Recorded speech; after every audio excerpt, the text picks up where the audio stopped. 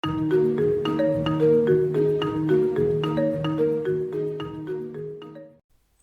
akan lanjutkan belajar tentang pemrograman web, masih di materi JavaScript. Pada bagian yang ke-16, kita akan belajar untuk mengerjakan satu proyek sederhana, yaitu counter up, down. Jadi bagaimana kita membuat sebuah counter naik dan counter turun. Kita langsung ke materinya saja. Kita sudah belajar menggunakan event di dalam JavaScript. Sekarang kita akan membuat sebuah proyek, yaitu counter up and down. Kita langsung ke VS Code. Kita siapkan dulu file di dalam JS. Kita beri nama counter.js. Kita enter. Kemudian di dalam index ini akan kita hapus dulu semua. Kita akan hapus. Kemudian JavaScript ini kita akan Ctrl X, kita letakkan di dalam sini. Kemudian kita akan pindahkan ini ke dalam counter.js.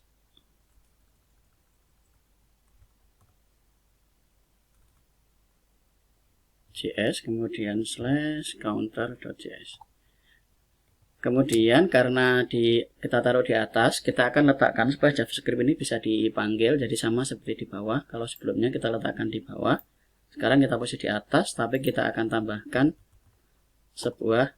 ada tulisan di dalam sini, yaitu asing supaya JavaScript-nya ini dijalankan di dalam background. Jadi ada tambahan asing di dalam sini. Sekarang kita akan buat sebuah button. Kita akan beri nama input, type-nya adalah submit, kemudian value. Kita akan buat count up, kemudian ID kita kasih naik, kemudian di bawahnya kita isi dengan H1, di dalam sini kita isi dengan 0. Kemudian berikutnya kita buat lagi input yang sama, type-nya adalah submit, kemudian value-nya kita buat count down, kemudian ID kita isi dengan turun. Jadi kita Ctrl S, kemudian kita akan lihat hasil di dalam browser yang kita buat. Hasilnya adalah seperti ini, count up 0, kemudian ini adalah count down. Sekarang kita akan coba tambahkan dulu sebuah JS, yang ini yang lama-lama bisa kita tutup. Event ini juga kita tutup. Kita ke counter.js. Kita akan buat dulu seperti yang sebelumnya, yaitu kita cari ID-nya. Kita bisa tambahkan di dalam sini on click. Kemudian kita akan buat function-nya menggunakan function anonymous. Name-nya kita hapus. Parameternya juga kita hapus. Kemudian di dalam sini kita ambil ID-nya, yaitu naik.onClick. Kemudian kita buat console.log dulu untuk mengecek apakah fungsi atau tidak naik. Kita Ctrl S. Kemudian kita lihat di dalam sini. Kita lihat, nah ini naik, berarti function ini sudah jalan. Berikutnya kita copy saja, Ctrl C. Kemudian kita bisa paste. Yang ini ID yang kedua adalah turun. Di dalam sini kita isi ID-nya dengan turun. Kemudian kita ganti console log-nya dengan turun. Kita Ctrl S. Kemudian kita lihat yang bawah.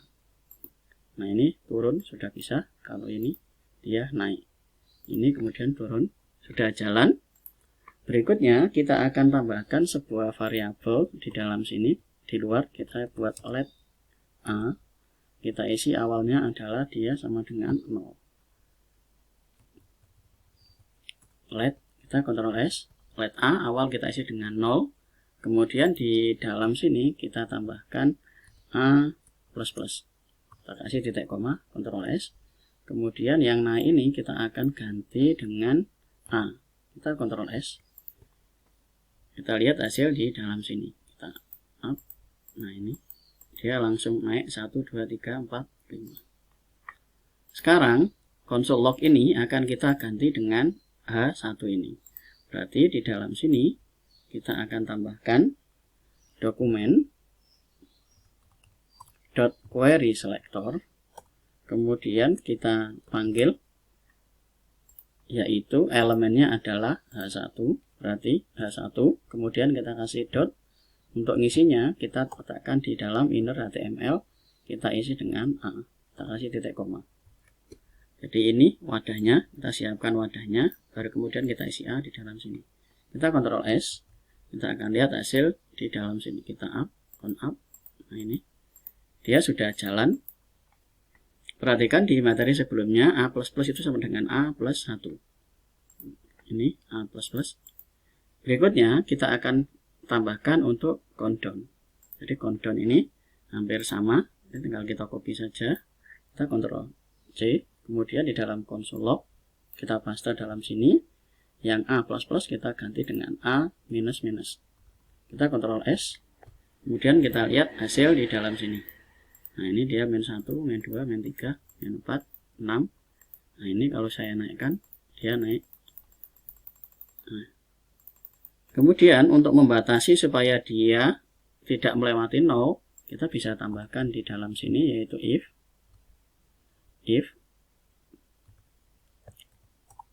kemudian kita buat A lebih besar 0. Kemudian yang ini kita letakkan ada di dalam if. Ctrl X, kemudian kita Ctrl V, Ctrl S. Kita lihat hasil di dalam sini. Nah ini dia tidak jalan. Nah ini, kalau kita turun, dia sampai di 0 saja, dia nggak sampai ke minus. Jadi, sederhana sekali, kita sudah bisa menerapkan event untuk pembuatan dari counter up dan counter down. Jadi, count up, kita bisa menghitung naik, kemudian ini count down. Ini bisa digunakan untuk menghitung orang yang keluar masuk. Jadi, kita bisa counter up dan counter down menggunakan cara yang sederhana, yaitu yang pertama kita mau menambahkan eventnya adalah onClick, kemudian kita buat function anonymous, kemudian variabelnya A ini kita tambahkan dengan A++, kemudian kita letakkan hasilnya di dokumen .querySelector yaitu H1, inner HTML kita isi dengan A yaitu dalam sini A+1 ini. Kemudian di dalam sini kita cek apakah A itu lebih dari 0, jika iya maka dia A-, atau A dikurangi dengan 1, kemudian dokumen .querySelector, hasil dari A ini disimpan di dalam inner HTML, di dalam variabel A ini akan mengisi H1. Cara memanggilnya menggunakan dokumen .querySelector yaitu H1 seperti ini. Nah di HTML-nya kita cukup ada input type-nya submit, value-nya kita isi count up, value ini yang digunakan untuk mengisi ini. Kemudian di dalam sini juga ada ID naik dan ID turun. ID inilah yang dipasangi dengan listener atau event, yaitu event onClick. Nah itu project pertama menggunakan counter up dan counter down. Silakan dipahami, cukup sederhana. Jadi materinya adalah supaya Anda mengerti kegunaan dari event. Jadi event di dalam JavaScript itu gunanya untuk apa. Nah itu Anda tahu, kita bisa mengerjakan sebuah project atau contoh sederhana. Di dalam sini tidak ada penggunaan dari CSS. Nah, silakan ditambahkan CSS sendiri supaya lebih rapi dan lebih bagus. Terima kasih, kita bisa ke video berikutnya.